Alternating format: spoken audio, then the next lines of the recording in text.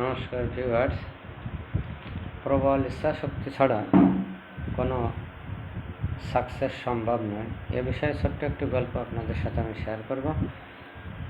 তো একবার বিজ্ঞানী সক্রেটিসকে তার এক স্টুডেন্টস কোশ্চেন্স করে যে আমি কিভাবে সাকসেস হব, জীবনে কিভাবে সাকসেস হব। তখন বিজ্ঞানী সক্রেটিস তাকে বলে তোমার ডিজায়ার লাগবে।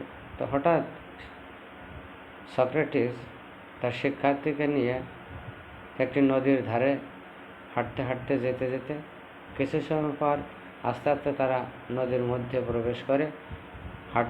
প্রথমত হাঁটু জল, তারপরে মাজা জল, এরপর যে না গলা জল বন্ধ নামে, তখন হঠাৎ করে সক্রেটিস তার স্টুডেন্টকে প্রচণ্ড শক্তি দিয়ে জলের তলে চেপে ধরে।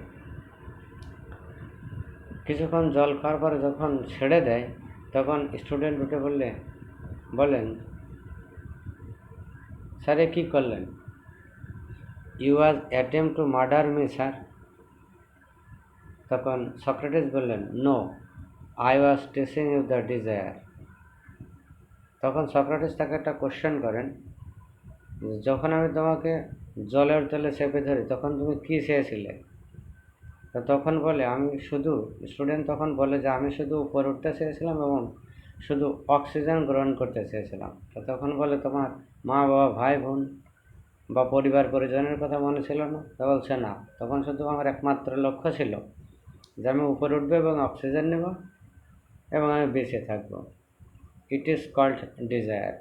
এইটা যখন তোমার মধ্যে আসবে তখন তোমাকে আর কেউ দমিয়ে রাখতে পারবে না, তুমি জীবন অবশ্যই সাকসেস হবে। ধন্যবাদ সকলকে।